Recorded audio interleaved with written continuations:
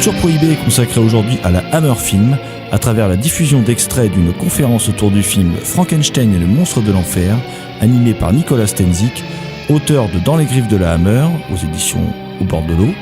Cette conférence a eu lieu le 15 avril, lors d'une soirée organisée par Les Films de la Gorgone au cinéma Les Dianes de Compiègne, une soirée soutenue par le Conseil général de l'Oise, la Librairie des Cygnes et Radio Graphite.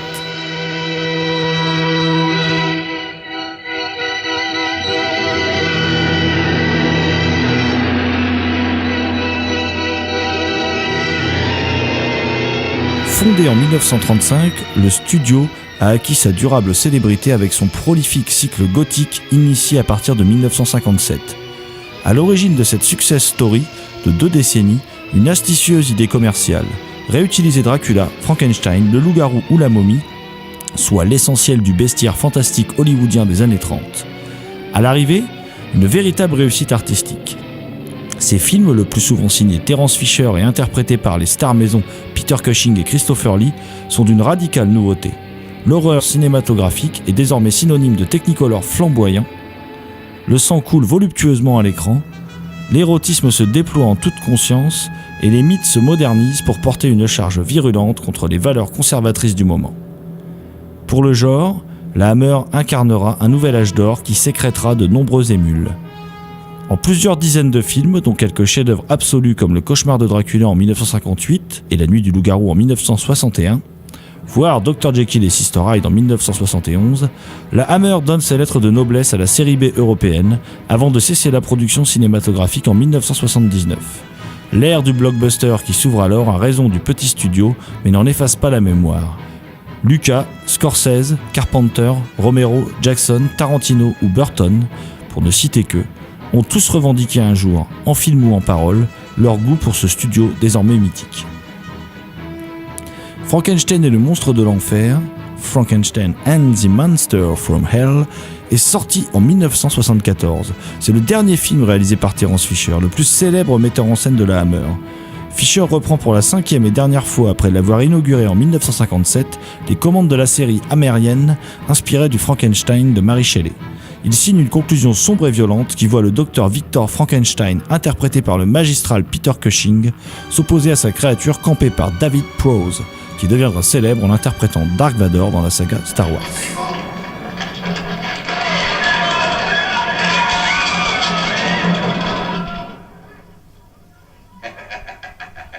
Alors ma chère, venez, nous allons boire un verre.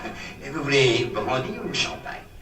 Vous avez fait une promesse, vous en souvenez? Nous irons voir les fous, je tiens mes promesses. Cela vous amusera, j'en suis persuadé. Certains sont plutôt drôles, mais avant toute chose, buvons ce verre. Vous n'avez jamais peur? Eh bien, entouré perpétuellement de ces fous. Oh, pas du tout, pas du tout. Qu'est-ce que c'est? Merde, ce que se passe? Il y a un monstre. Quoi? Dans le jardin. Il détruit les tombes. Quoi?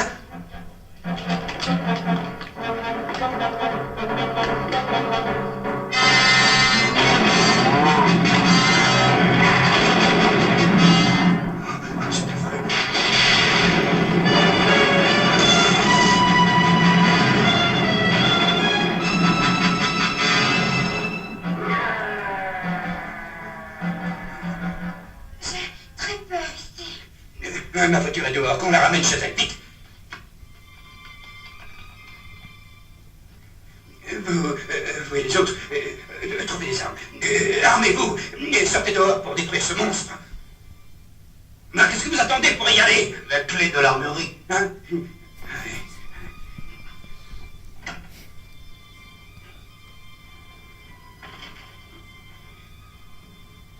Ne revenez pas ici avant de l'avoir détruit. Bah, en fait, il s'agit du seul ouvrage donc, sur la Hammer en France, mais il existe beaucoup d'ouvrages en Angleterre et aux États-Unis. Et donc, du coup, moi, je voulais pas faire ce qui avait été fait en Angleterre aux États-Unis, à savoir une histoire classique, des conditions de production, des acteurs, des réalisateurs, mais plutôt proposer quelque chose qui, pour le coup, n'avait pas été fait. Donc, à savoir une histoire de la Hammer à travers le regard qu'on a porté sur elle. qui a aimé la Hammer, qui a détesté, qui a accueilli à bras ouverts Frankenstein, Dracula, qui a été les Van Helsing qui ont brandi comme ça des crucifix contre ces monstres qui à un moment donné se sont mis à envahir les écrans. Et donc en gros, j'ai cherché à écrire une histoire française de la Hammer, et c'est tout simplement l'histoire de la naissance de la cinéphilie fantastique à travers l'éruption des films de la Hammer. Voilà, en gros l'idée du bouquin. Le bouquin se divise en 2 parties. Alors il y a cette histoire-là, et puis il y a des entretiens avec tous ceux qui quelque part ont été les acteurs de cette histoire, les créateurs de Midi Minuit Fantastique, qui, par exemple, une revue qui est née en 1962, c'était la première revue européenne consacrée au genre, et le numéro 1 en fait était un spécial Terence Fisher, et ça a été un moment tout à fait fondamental dans l'histoire de la cinéphilie fantastique, parce que ça a été tout simplement le moment fondateur. On avait enfin un emblème, la Hammer, et une manière d'aimer ce cinéma, c'est-à-dire se focaliser sur la dimension transgressive, sur le sexe, sur le sang, sur les thématiques subversives de ces films-là, de quelle manière on pouvait mettre à mal les tabous à travers ces mythologies-là. Voilà, donc les créateurs de Midi Minuit Fantastique, Michel Caen, Jean-Claude Romer, mais également des créateurs de festivals. Je vous parlais tout à l'heure du festival du Rex créé par Alain Schlokoff avec la venue de Fisher, de Cushing, de Michael Carraras, mais également de Christopher Lee quelques années plus tard. Donc il y a Alain Schlokoff qui est interviewé dans le livre, il y a également Jean-Pierre Bouixou qui a été un des tenants de la contre-culture, il y a Norbert Moutier qui tient un vidéoclub culte à Paris qui s'appelle Ciné BD, qui est un espèce de repère tout à fait étonnant pour tous les amateurs de bis. Et donc voilà, et c'est une manière de les interroger sur leur cinéphilie Hammer, pourquoi ils ont aimé ces films, pourquoi quelque part ça représentait pour eux un idéal de cinéma, et pourquoi ça représente toujours un idéal de cinéma aujourd'hui. Et donc voilà, sur près de 500 pages, c'est toute cette histoire-là. Dans les griffes de la Hammer, ça s'appelle comme ça, en fait, dans les griffes de la Hammer, évidemment, c'est vous, c'est moi, c'est le public. C'est la grande question en général avec les films de la Hammer, c'est quel montage on va voir quand on voit le film en salle, parce qu'il y a toutes sortes de légendes par rapport au montage de la Hammer. Ces films-là ont été faits à une époque où la censure avait tendance quand même à veiller à ce qu'on pouvait faire ou ne pas faire, si bien qu'on a entendu parler pendant de nombreuses années de montage japonais, c'est-à-dire le montage destiné au marché du Japon, dans lesquels il y avait des séquences gore bien pires que ce qu'on pouvait voir en Angleterre ou en France. Alors ces versions japonaises, on les a jamais vues, en fait, ici en France, on ne sait pas si c'est vrai ou non, mais donc il y a toutes sortes de légendes par rapport à des versions plus ou moins gore. En plus, il y a un élément qui fait que ça complique un petit peu les choses, c'est que ces films-là étaient diffusés dans ce qu'on appelait les salles de quartier dans les années 60-70, et il se trouve qu'il y a toutes sortes de collectionneurs ou d'amateurs d'effroi ont souvent soudoyé des projectionnistes pour pouvoir acheter les plans les plus gore des films. Ce qui fait qu'il y a un certain nombre de copies de films qui circulent comme ça, complètement expurgées de leur séquence gore. J'ai vu ce film à la Cinémathèque française il y a 3-4 ans, sans aucune séquence gore. Et c'était dû tout simplement au fait d'un collectionneur, en tout cas d'un projectionniste qui était connu à Paris visiblement, qui sévissait au Brady et qui revendait toutes sortes de séquences comme ça. Alors ici ce soir, la copie qu'on a vue, il y avait effectivement quelques séquences en moins, mais c'était absolument pas les séquences gore. Visiblement, c'était une sorte de remontage dû au distributeur français de l'époque Europrodis, voilà, visiblement un tout petit distributeur. Et là, c'était exclusivement quelques séquences de dialogue. La première séquence manquante, c'est une séquence de procès en début de film. Au moment où le chirurgien se fait arrêter, normalement, il y a un procès qui l'envoie dans le même asile que le baron Frankenstein. Il y a un certain nombre d'autres séquences, je les ai plus toutes en tête, mais il me semble que le fou avec une barbe assez longue qui parle comme un personnage biblique, il y a une séquence normalement où on apprend qu'il se prend pour Dieu. Voilà, et alors, là, cette séquence-là, on ne l'a pas vue. Mais sinon, pour le reste, oui, c'était vraiment le film. Oui, voilà, c'était vraiment une version fidèle du film. Au sein de la Hammer, il y a eu Dracula, Prince des Ténèbres, il y a eu Les Étrangleurs de Bombay. D'ailleurs, la publicité avait mentionné en strangloscope. Voilà, c'est dur à dire. Mais sinon, en général, oui, c'était plutôt, comme type de format, plutôt du 1,66. Ça, c'était vraiment le format préféré à Terence Fisher.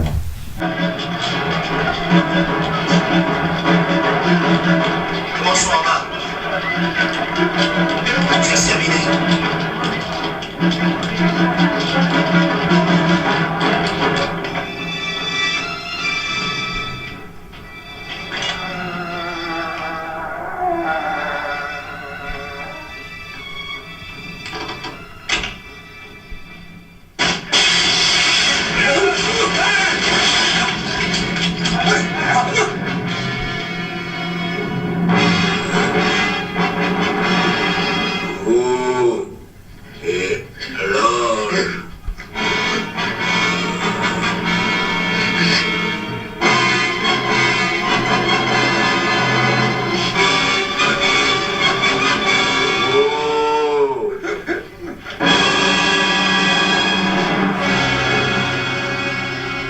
ça c'est une des grandes thématiques en fait chères à Fischer, c'est l'idée de la bestialité qu'on a tous en nous-mêmes et qui à un moment donné refait surface. Ça c'est vraiment un aspect des choses qu'on retrouve en fait dans tous ces Frankenstein, même dans tous ces films fantastiques. Dès le premier Frankenstein s'est échappé, la créature incarnée par Christopher Lee, c'est vraiment un petit peu l'invention du zombie moderne, c'est-à-dire un personnage qui est mu strictement par ses pulsions. Voilà. En gros, il va se jeter sur ses victimes, il va avoir des pulsions comme ça, il va vouloir les étrangler, il va vouloir... dans le deuxième épisode, dans la revanche de Frankenstein, là, ce sont des pulsions cannibales qui apparaissent. Donc là, on a un petit peu tous les éléments qui vont nous mener à Romero, quelque part. Mais ça, c'est vraiment un aspect important. Il me semble qu'en fait, dans ce film-ci, il y a tout un jeu de miroir qui est proposé. Il y a des séquences très clairement où voilà, la créature se découvre dans un miroir, enfin, où le cerveau découvre son nouveau corps dans un miroir. Ça, c'est vraiment un élément clé des Frankenstein de Terence Fisher. Mais au-delà de cette seule séquence, il y a vraiment toutes sortes de jeux de miroir entre les différents personnages. Le jeune chirurgien, c'est ni plus ni moins que le baron Frankenstein 30 ans auparavant. Le personnage de l'ange, quelque part, c'est la conscience du baron Frankenstein qui, à un moment donné, a décidé de se taire devant l'horreur de ses expériences. Voilà, c'est un aspect très important. Autre élément, voilà, la créature, c'est la bestialité du baron Frankenstein qui est tapie comme ça au plus profond de son être, mais qui à un moment donné s'exprime. Ce sont les différentes facettes d'un même personnage, voilà, tout simplement. Tout à l'heure, je parlais de films testamentaires. Quelque part, il y a une vraie évolution dans le cinéma de Terence Fisher entre Frankenstein s'est échappé en 57 jusqu'à Frankenstein et le monstre de l'enfer en 73. Et effectivement, c'est un parcours qui le voit petit à petit renoncer à tout romantisme, à tout effet baroque, à tout effet tout simplement. Et là, on est vraiment dans un espèce de travail d'épure total qui nous mène à ce film d'une totale austérité, d'une totale noirceur, ce qui n'exclut pas évidemment l'humour noir en l'occurrence qui est présent dans le film. Ça, c'est quelque chose qui d'ailleurs avait vraiment frappé la critique de l'époque. Autant Terence Fisher, c'est un cinéaste qui a été totalement rejeté au moment de ses premiers films fantastiques à la fin des années 50. Télérama à l'époque a hurlé en écrivant par exemple par rapport au cauchemar de Dracula, ce film-là va créer des générations de détraqués, de pervers. Bon, voilà, on pouvait lire ce genre de propos extrêmement violents dans la presse de l'époque, et puis d'ailleurs c'était quelque chose, un point de vue extrêmement partagé, c'était vraiment un point de vue dominant. Mais 10 ans plus tard, à la fin des années 60, une revue comme les Cahiers du cinéma, qui jusque-là ne s'était absolument pas intéressée au cas de la Hammer, absolument pas au cas de Terence Fisher, a fini par découvrir, sous la plume des critiques les plus éminents et les plus importants de l'époque, qu'effectivement Terence Fisher était un grand auteur moderne. Alors ça avait valeur de sacre suprême à l'époque chez les Cahiers du cinéma. Et en gros, leur raisonnement était le suivant. Fisher, c'est l'un des derniers cinéastes classiques, l'un des derniers cinéastes qui a hérité d'une conception du cinéma née en gros avec Murnau, avec Fritz Lang, avec Alfred Hitchcock, et qui arrive à faire continuer de vivre cette forme de classicisme à une époque où pourtant, normalement, le classicisme est complètement passé n'est plus d'époque. Voilà, il y a eu la nouvelle vague entre-temps, il y a eu une nouvelle vague européenne, il y a eu, le cinéma a changé. Et bien néanmoins, Fisher continue de faire vivre cette forme classique du cinéma parce qu'il procède à son épure. Et ce qu'on met en avant finalement dans son parcours, c'est une modernité de type bressonienne. Alors ça peut paraître fou quand on dit les choses de cette manière-là, mais néanmoins, ça a été marqué noir sur blanc dans les cahiers du cinéma à l'époque. Et c'était Serge Danet, Jean-André Fieschi, c'est-à-dire... Jean-Pierre Houdard, je me souviens de Jean-Pierre Houdard. Oui, Jean-Pierre Houdard, voilà. En gros, ceux qui ont défendu le cinéma moderne le plus obtus dans les années qui ont suivi. Et alors effectivement, ce travail d'épure, c'est quelque chose qui frappe vraiment dans ce film-ci. On a l'impression que il renonce de fait à tout effet, et tout est construit comme une lente montée très progressive. Je pense qu'il y a un dialogue à un moment donné qui est très important, qui n'est absolument pas anodin et qui livre finalement et la clé esthétique du film et en même temps la clé du parcours Terence Fisher. À un moment donné, le professeur Durandel, en montrant du doigt les équations qui sont inscrites sur les murs de sa geôle, dit finalement ça c'est peut-être encore plus beau que la musique. Manière de dire que, poussés dans leur retranchement, les mathématiques, finalement, débouchent nécessairement sur la poésie. Bien, quelque part, le travail dans le découpage, le travail dans le montage de ces films, Terence Fisher propose un cinéma qui est complètement obsédé par cette idée des mathématiques qui débouchent sur la poésie. Par exemple, dans Dracula, Prince des Ténèbres, il y a quelque chose d'extrêmement frappant, c'est que Dracula meurt au tout début du film, on reprend les images du cauchemar, le célèbre final du cauchemar de Dracula. Au bout de 3 quarts d'heure précisément, il renaît de ses cendres et apparaît comme ça à l'écran, il s'incarne, c'est le Prince des Ténèbres qui voilà, s'incarne, et au bout de 90 minutes précisément, il meurt à nouveau. Une manière de construire une espèce d'esthétique du cycle, à la fois, voilà, vie, mort, etc. Et en même temps, une esthétique de la symétrie. Voilà, on est complètement dans des obsessions géométriques et mathématiques. Et Frankenstein et le monstre de l'enfer, de ce point de vue-là, c'est exactement la même chose. C'est une lente montée progressive qui aboutit, comme ça, à cette espèce de finale inéluctable, c'est-à-dire la catastrophe et voilà, le monstre dépecé par la foule des aliénés.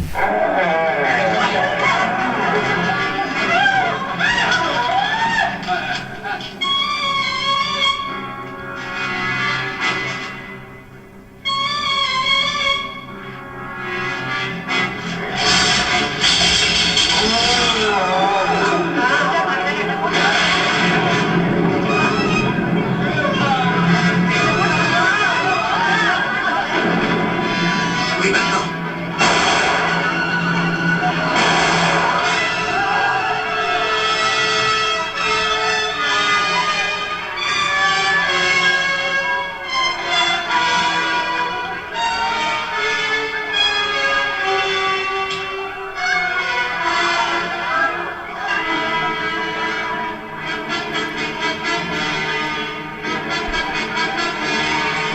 L'aspect sur le sang est extrêmement important, effectivement, dans ce film.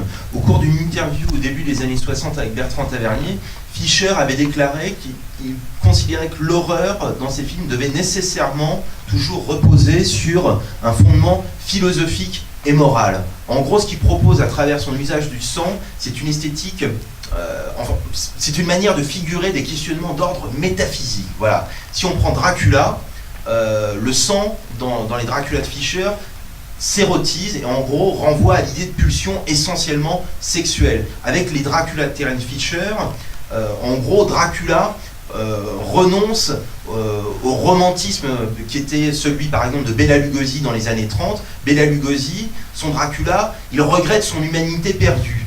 Eh bien le Dracula de Terence Fisher, pas du tout. Lui au contraire, il vit sa condition de non-mort plutôt comme un cycle ininterrompu de jouissance, bien plus que comme une malédiction. On est vraiment là-dedans. Et le sang permet de figurer tout ça. Voilà, c'est la pulsion sexuelle qui s'exprime d'un coup, plein cadre, comme la célèbre apparition comme ça du comte Dracula, avec les canines proéminentes, le sang qui coule sur ses lèvres.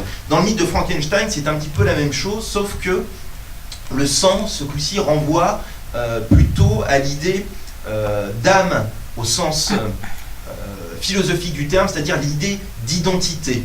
C'est sur cette notion finalement que le baron Frankenstein, c'est sur cette notion qu'il bute systématiquement. Le baron Frankenstein, c'est un scientiste radical qui est persuadé que la chair est dépourvue de valeur sans ces géniales opérations.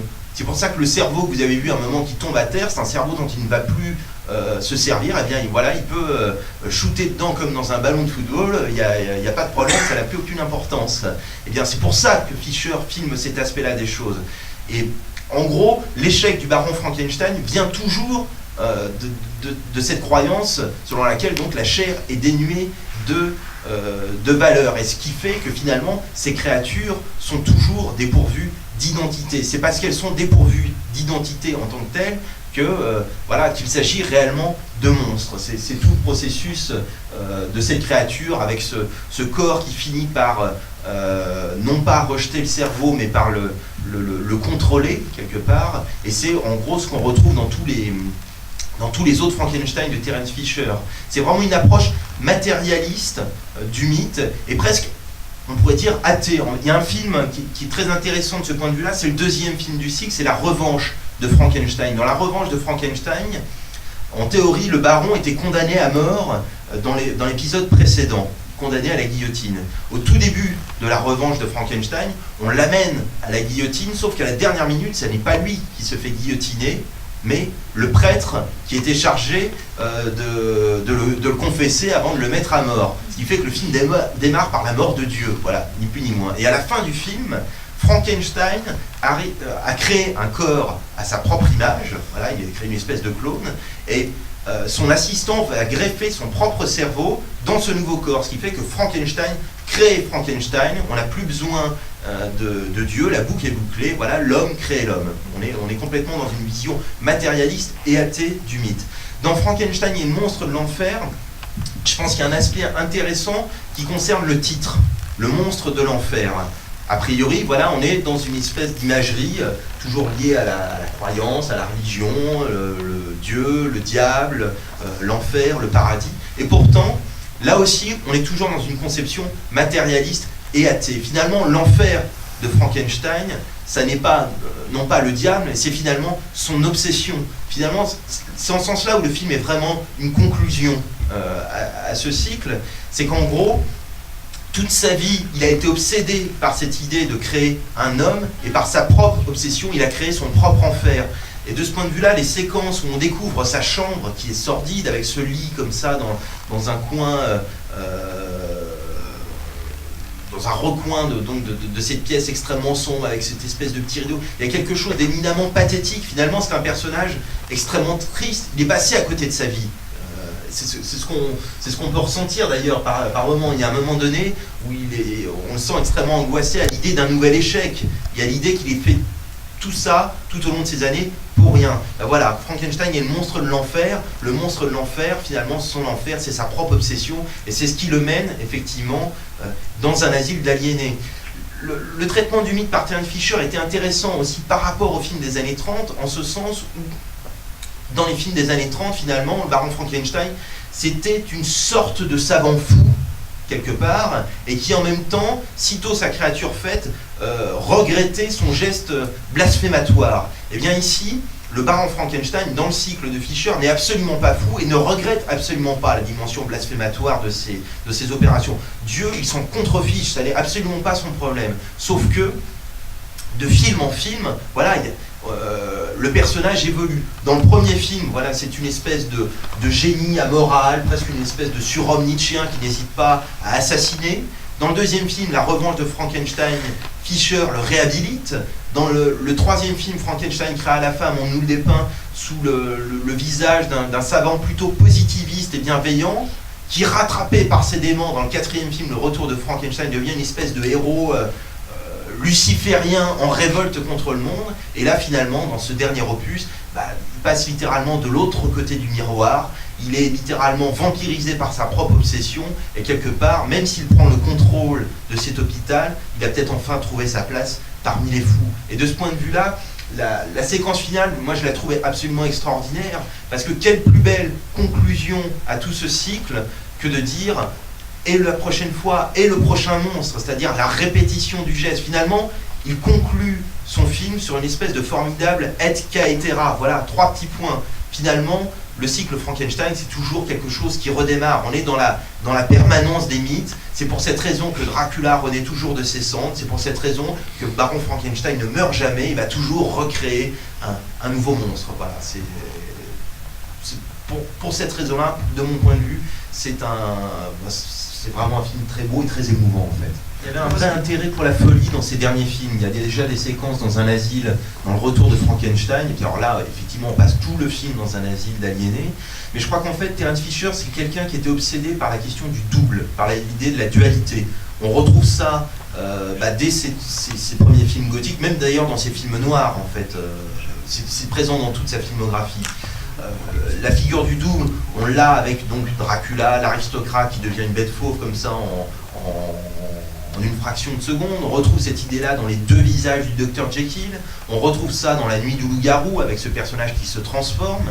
Et finalement, l'aboutissement de cette question du double, c'est bel et bien l'idée de la folie, voilà, et d'une dualité qui ne peut pas se résoudre. Honnêtement, aidez-moi, voulez-vous. Nous avons beaucoup à faire. J'ai beaucoup réfléchi, mon jeune ami. Nous mettons trop de confiance dans la chirurgie et pas assez dans la biochimie, croyez-moi. Reinhauser va être très intéressant sur ce point. Et c'est gris. Vous pourrez étudier ça. Votre créature est morte, détruite. Oh, ça n'a aucune importance, c'est sans doute beaucoup mieux comme ça. Il ne servait à rien, ni à nous, ni à lui-même. Mais, une autre fois. Une autre fois?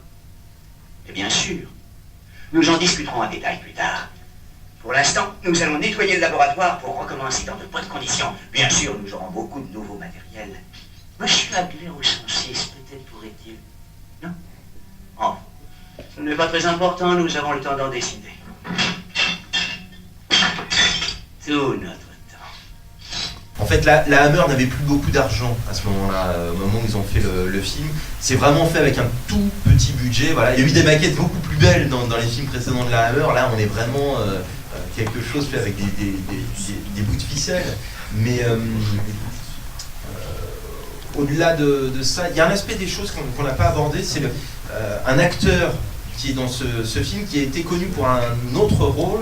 C'est Dave Prose. Alors Dave Prose, c'est lui qui joue le rôle de la créature qui est dans ce costume. Mais il est plus célèbre en fait pour son interprétation de Dark Vador dans Star Wars, où il retrouve également Peter Cushing. Et ça, c'est un aspect des choses qui me semble intéressant parce que on est vraiment à un passage de témoin entre deux générations de cinéastes finalement. Voilà, c'est la fin de la Hammer et quelque part c'est la fin d'un certain cinéma bis. Ce sera bientôt l'ère du blockbuster et de ce point de vue-là, Star Wars en 77 lance symboliquement et plus que symboliquement d'ailleurs de manière tout à fait réelle le mouvement. Et le fait est que Cushing et Dave Prose retrouvent finalement des rôles qui ne sont pas si éloignés que leur rôle au sein de la Hammer. Quelque part, Dark Vador, c'est une créature frankensteinienne et le personnage incarné par Cushing dans le premier Star Wars, c'est-à-dire le grand Moff Tarkin, celui qui contrôle l'étoile de la mort, il a quelque chose également de frankensteinien. On sent qu'il contrôle Dark Vador, c'est l'un des rares personnages à pouvoir lui donner des ordres, et on a une relation un petit peu du même ordre. De ce point de vue-là, il y a vraiment une espèce de passage de témoin dans l'histoire du cinéma. Pour l'aspect des choses, je reviens sur le côté désuet ou non du film. C'est vrai que quand il est sorti, c'est un film qui est sorti un petit peu tardivement. Je vous disais tout à l'heure, c'était vraiment la fin des haricots pour la Hammer. Le cinéma fantastique avait changé, et quelque part, c'est un film que plus grand monde n'attendait. Fisher, son film précédent daté de 69, c'était Le Retour de Frankenstein. Ça, c'était peut-être vraiment l'apothéose. C'est peut-être un de ses meilleurs films. Il y a vraiment une espèce de perfection dans la mise en scène, dans la maîtrise et de son cadre et de son histoire et de ses personnages. C'est vraiment, là, c'est un vrai chef-d'œuvre absolu. Et puis il a eu des problèmes de santé, il s'est cassé la jambe une fois, il se l'est cassé une deuxième fois, et ce qui fait qu'il a été un peu écarté des plateaux de la Hammer, et il revient donc fin 72 pour tourner ce film, et quelque part le genre est désormais désuet, ce qui fait que ce film personne ne l'attendait vraiment, et ce qui fait qu'il n'a d'ailleurs pas eu vraiment de succès. Je vous disais, il est sorti vraiment en France très tardivement en 76. En revanche, il y a eu une avant-première mondiale de ce film qui a eu lieu à Paris, qui là, pour le coup, a fait date. Ça s'est passé dans le festival du film fantastique organisé à l'époque par Alain Schlokoff, qui est devenu le festival du Rex quelques années plus tard. Cette édition-là, en 73, a eu lieu au Palace, à Paris, et pour l'occasion a été invité Terence Fisher, Peter Cushing et le propriétaire de la Hammer, Michael Carreras. Et là, ça a été vraiment un moment extraordinaire quand le film a été diffusé. La première apparition de Peter Cushing au début du film avec ce zoom extraordinaire sur lui, à ce moment-là, il y a eu une espèce de mouvement de folie dans la salle, tout le monde s'est mis à applaudir, ça a été vraiment une espèce de moment comme au théâtre quelque part. Et en fait, ça a été la rencontre entre une nouvelle génération de cinéphiles, en gros ceux qui avaient 15-20 ans dans les années 70, qui s'est saisi en gros de la Hammer à ce moment-là, comme d'une espèce d'anthologie classique, et qui en a fait un petit peu son emblème, de la même manière que la génération précédente de cinéphiles fantastiques dans les années 60, avec des revues comme Midi Minuit Fantastique par exemple, s'était déjà saisi de la Hammer comme d'un emblème. Il y a eu vraiment là aussi un passage de témoin, alors non pas entre cinéastes, mais entre générations cinéphiles qui s'est passé avec la Hammer, en présence de Terence Fisher qui a été littéralement acclamé, et avec ce film-ci, Frankenstein et le monstre de l'enfer. Voilà. Il n'y a jamais de clin d'œil aux dépens du film. Ça, c'est quelque chose qu'on ne trouve jamais dans les films de Terence Fisher. En revanche, je pense que de son point de vue, c'était tout simplement un Frankenstein de plus. Il en avait déjà fait 4 avant. Il sait qu'il a fait un coup de maître avec le retour de Frankenstein, de toute évidence.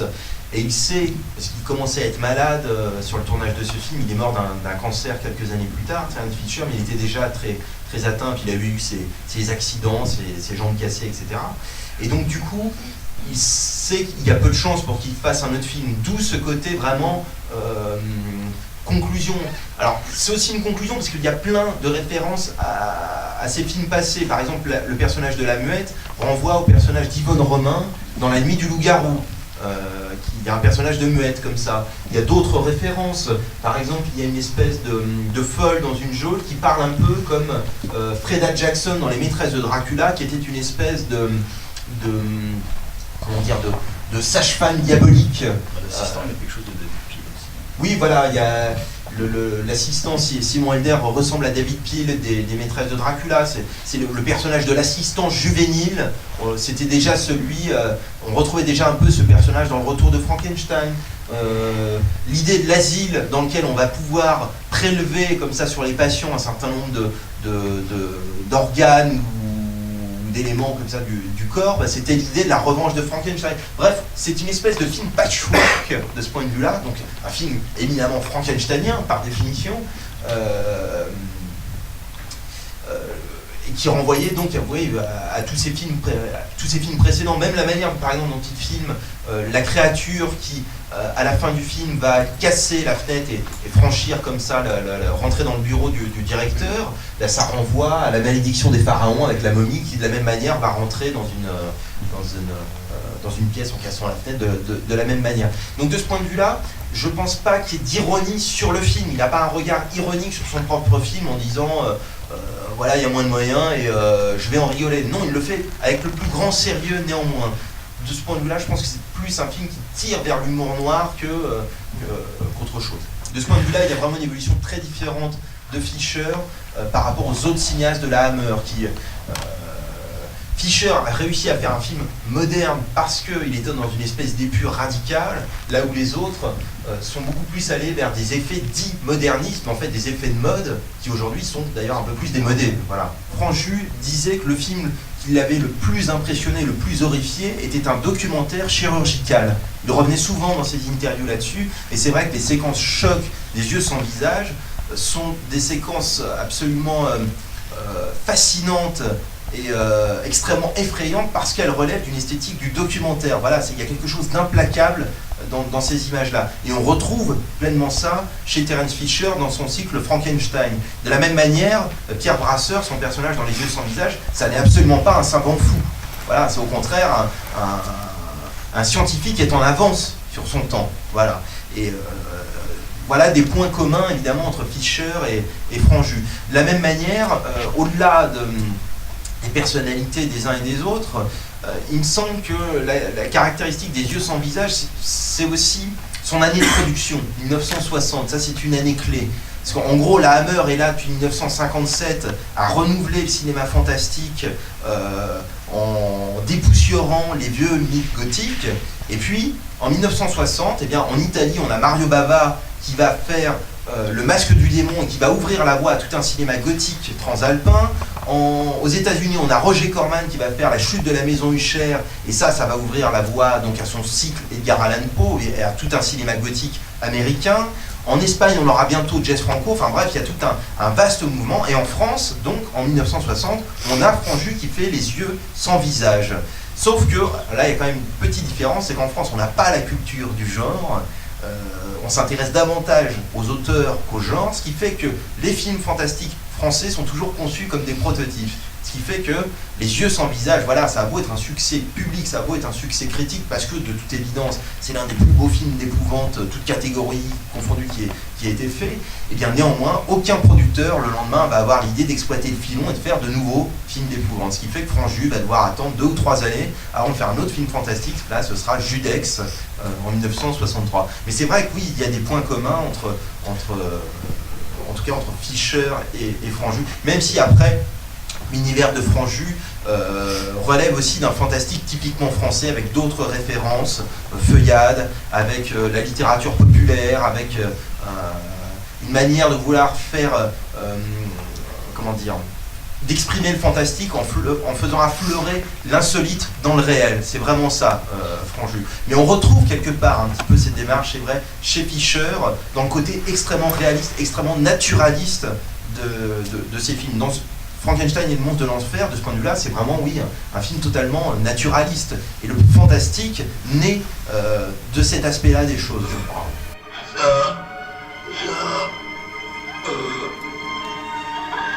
Il m'a tué l'ange.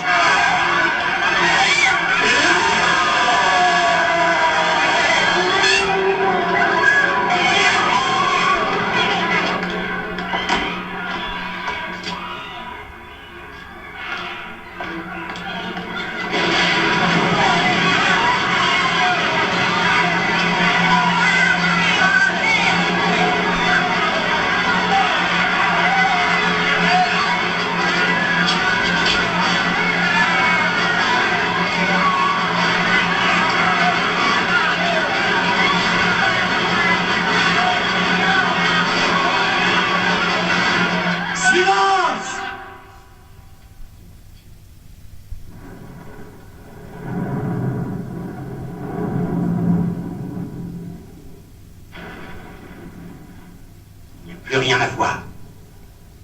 Regagnez tous vos cellules. Tout est fini. Vous pourrez utiliser la lance d'incendie. Nettoyez-moi cet endroit.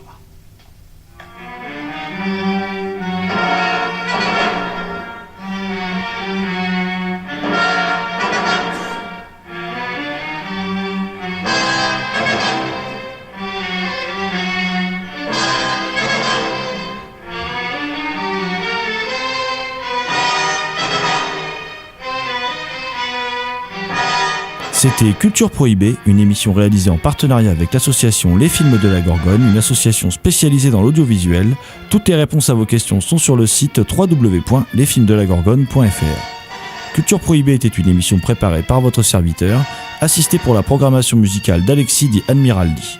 Une émission animée par Nicolas Stenzik, dit le Hammerman, Jérôme, dit la Gorgone, and the last but not the least, Léo à la technique. Salut les gens, à la prochaine.